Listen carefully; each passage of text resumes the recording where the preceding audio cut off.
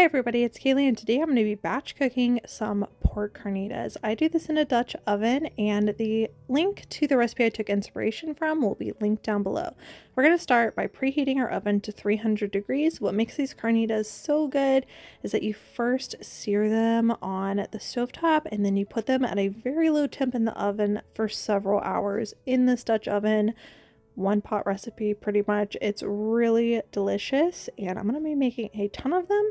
We're going to have some for dinner tonight and then we are going to freeze the rest in freezer bags. It makes cooking dinner so much easier and I use these in burrito bowls, tacos. You can pretty much use them for whatever you want.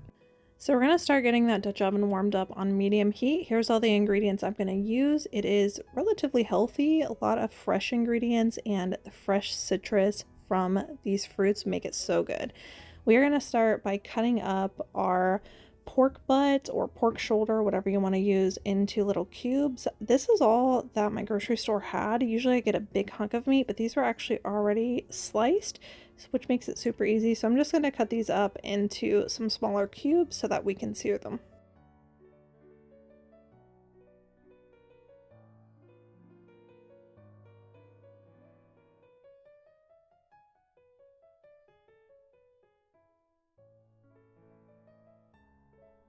Once we've got the meat in relatively small pieces, we are going to really salt them. I mean, really, really shake some salt on them. You want them to be pretty salty before they go into the pan. And then we're going to place each of them in a single layer. Probably going to have to work in batches if you're multiplying this recipe like we did. And we are going to sear each side and do that till we see a little bit of browning. I chose to use avocado oil because it has a high temp point, meaning it's not going to burn as it gets hot, and this works perfectly for the Dutch oven. So that's what we're using, and I highly recommend that you do the same.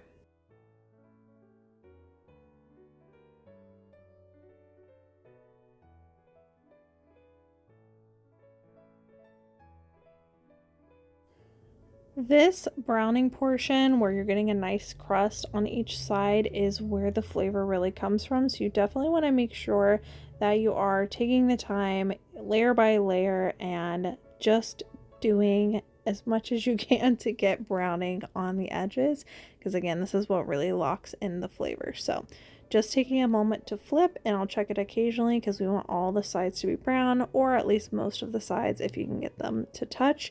We ended up having to do several batches and it was well worth it. I just put the extra, after I got done with one, I put it in a bowl and then worked on the next batch, and then we'll put all of them back in the Dutch oven once they are all browned. At this point, we're not trying to get a thorough cook, we just want a little bit of a sear. In between those batches cooking, we are going to start working on our veggies, and we are going to cut up an onion and then slice in half all of the citruses that we're going to use. Do not skip the fresh citrus juice. It is what really makes the flavor come out. So we end up doing onions, garlic, and then a little bit of orange and lime juice. The garlic I just leave as in whole cloves because it's going to just cook with the rest of it. It would pretty much disintegrate if we chop them up into diced pieces, so we're just going to do whole cloves of garlic. You can skip this step if you want, it's not in the recipe, but I'm just going to splash a little bit of chicken broth on the bottom of the pan to get up all of those brown bits and get some of that flavor back out. We're going to use chicken broth anyway, so this is a good way to get all of those good, really delicious bits off the bottom of the pan.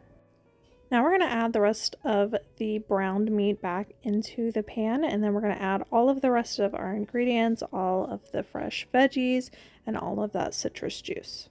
And last step is just to add any of the extra seasonings, and we go pretty heavy-handed on the seasonings because we do want it to have a lot of flavor. After that, just give it as good of a stir as you can to incorporate everything, and make sure to add your chicken broth. Once that's done, we are going to stick the lid completely on the Dutch oven. Ours is like super full, so we pretty much had it packed to the lid, but we're going to put it in the oven for several hours. I think we did 3 hours, and cooking at that for that long on this low of temperature is really going to have that slow cook that makes everything super tender. I love batch cooking these carnitas because, as you can tell, it does take a long time to cook. So if you're going to already do one batch, you might as well do several and freeze it. That way you don't have to perform all of these tasks again every time you want carnitas. So once that's done, we're going to take it out of the oven, being very careful to open the lid away from our face so that steam does not hit us. And you've got super, super tender, really delicious pork carnitas. Now, the final step of this is one you're not going to want to skip, and that is to put the broiler on high, transfer these to a sheet pan, and let the tops of those get kind of browned. And that is what makes the pork carnitas super crispy and gives it that additional edge that makes them super delicious and brings in a lot of flavor. I personally would never skip this step, but they're technically cooked and tender if you wanted to stop here. But this additional step, again, makes them super, super delicious.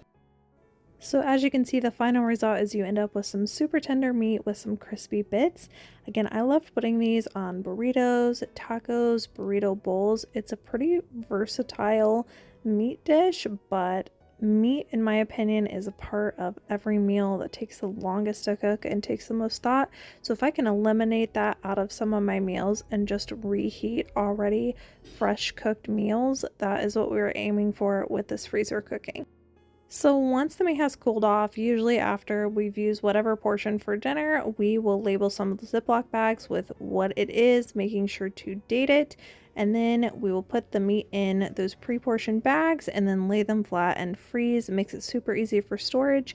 My favorite way to reheat these is to let them thaw the night before or put them in the fridge the morning of, and then take the thawed meat, place them onto a sheet pan and heat them up in the oven. That way they still stay crispy and they heat up really fast.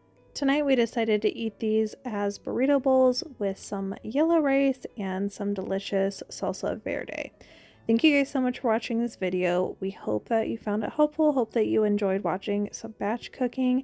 If you guys have any batch cooking suggestions, make sure to drop them in the comments down below. And if you want to be notified every time we post cooking videos, make sure to subscribe and hit the notification bell. Hope to see you guys next time on our next cooking video.